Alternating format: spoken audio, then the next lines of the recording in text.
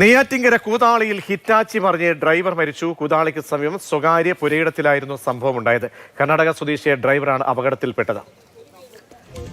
ഇന്ദുലേഖ ചേരുന്നുണ്ട്. ഇന്ദുലേഖ, ഹിറ്റാച്ചി മറിയാനുണ്ടായ കാരണം എന്തായിരുന്നു?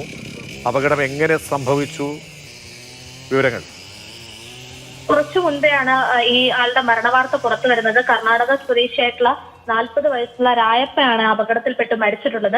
ഒരു സ്വകാര്യ പുരയിടത്തില് അവിടെ റബ്ബറൊക്കെ മുറിച്ചു മാറ്റിയ ഒരു സ്ഥലത്ത് പുനർനിർമ്മാണം നടക്കുകയായിരുന്നു. അതിന്റെ പ്രവർത്തനങ്ങളുടെ ഭാഗമായിട്ടായിരുന്നു ഈ ഹിറ്റാച്ചി അവിടെ എത്തിയിരുന്നത്.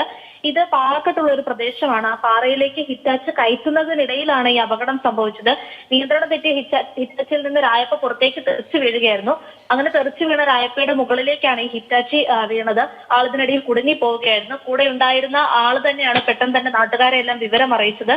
തുടർന്ന് പാറശാലയിലുള്ള ഫയർഫോഴ്സും പോലീസും നാട്ടുകാരും ഒക്കെ സ്ഥലത്തെത്തി രക്ഷാപ്രവർത്തനം നടത്തിയെങ്കിലും ആളുടെ ജീവൻ രക്ഷിക്കാൻ സാധിച്ചില്ല. ഇപ്പൊ മെഡിക്കൽ കോളേജ് ആശുപത്രിയിലേക്ക് മാറ്റിയിട്ടുണ്ട്. ശരി.